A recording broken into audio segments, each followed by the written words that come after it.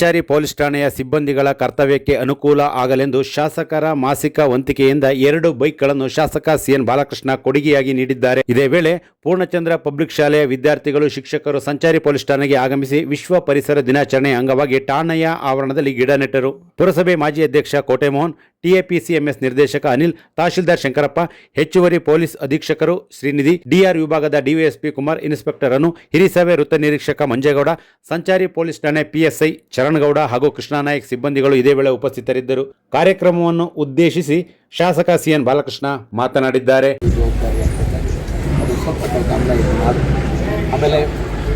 ಆಮೇಲೆ ಏನಾಗಿದೆ ಸರ್, ಈ ನಮ್ಮ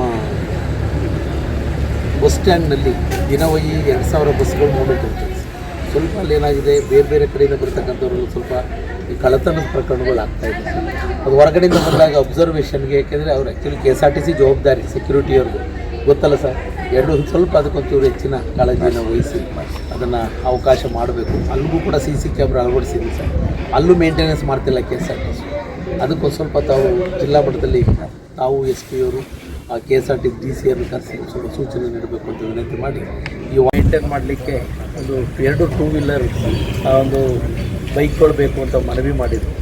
ಆ ಸಲುವಾಗಿ ನಮ್ಮ ಒಂದು ಏನು ಮಾಸಿಕ ಹೊಂದಿಗೆ ಬರ್ತದೆ ಅದನ್ನು ಸಂಗ್ರಹಿಸಿ 2 ವಾಹನಗಳಿಗೆ 1,99,000 2 ಲಕ್ಷ ರೂಪಾಯಿ ಚೆಕ್ಕನ್ನು ನೀಡೋದ್ರ ಮೂಲಕ ಇವತ್ತು ಸಂಚಾರಿ ಪೊಲೀಸ್ ಠಾಣೆಗೆ ಇವತ್ತು ಹಸ್ತಾಂತರವನ್ನು ನಮ್ಮ ASP ಸಾಹೇಬರ ಸಮ್ಮುಖದಲ್ಲಿ ಇವತ್ತು ಮಾಡಿದ್ದಾರೆ.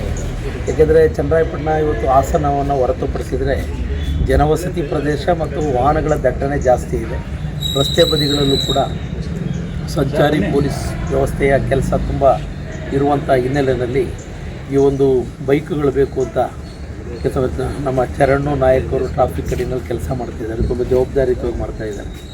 ಈ ನಮ್ಮ ಶಂಕರಪ್ಪರು ಕೂಡ ಜಿಲ್ಲೆಯಲ್ಲಿ ನಮ್ಮೆಲ್ಲ ಸಹಕಾರವನ್ನು ನೀಡಿದ ಅವರಿಗೆ ಧನ್ಯವಾದಗಳನ್ನು ತಿಳಿಸ್ತಾ, ಈ ಹಿಂದೆ ಹೇಮಾವತಿ ಸಹಕಾರ ಸಕ್ಕರೆ ಕಾರ್ಖಾನೆಯ ಆಡಳಿತ ಮಂಡಳಿ ಮೂಲಕ ನಮ್ಮ ಟೌನ್ ಸರ್ಕಲ್ ಇನ್ಸ್ಪೆಕ್ಟರ್ಗೆ ಒಂದು ಹೊಸ ಬುಲೆರೋ ಜೀಪನ್ನು ಕೂಡ ಒದಗಿಸ್ಕೊಟ್ಟಿದ್ದೇವೆ.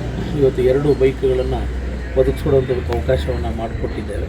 ಇದು ಉತ್ತಮ ರೀತಿ ಸಂಚಾರಿ ಒಂದು ನಿಯಮಗಳನ್ನು ಪಾಲಿಸ್ತಕ್ಕಂಥದ್ದಕ್ಕೆ, ಒಂದು ಜನರು ಓಡಾಡ್ತಕ್ಕಂಥ ಒಂದರಲ್ಲಿ ಯಾವುದೇ ಒಂದು ತೊಂದರೆಗಳಾಗದ ರೀತಿ, ವ್ಯಾಪಾರ ವಹಿವಾಟುಗಳಿಗೆ ಮೂಲಕ ಯಾವುದೇ ಒಂದು ಸಂದಿಗ್ಧವಾದಂಥ ಪರಿಸ್ಥಿತಿ ನಿರ್ಮಾಣ ಆಗದ ರೀತಿ ಇವತ್ತು ಸಂಚಾರಿ ಪೊಲೀಸ್ ಠಾಣೆಗೆ ಈ ಒಂದು ಬೈಕ್ಗಳು ನಮ್ಮ ಪೊಲೀಸರುಗಳ ಮೂಲಕ ಒಂದು ಉತ್ತಮ ಸೇವೆ ಸಿಗುವಂಥದ್ದಕ್ಕೆ ಅವಕಾಶ ಆಗಲಿ ಅಂತ ನಾನು ಪ್ರಾರ್ಥನೆ ಕೂಡ ಮಾಡಿ, ಏನು ನಮ್ಮ ಜನರು ಕೂಡ ಅವೇರ್ನೆಸ್ ಮೂಡಿಸಬೇಕಾಗಿದೆ.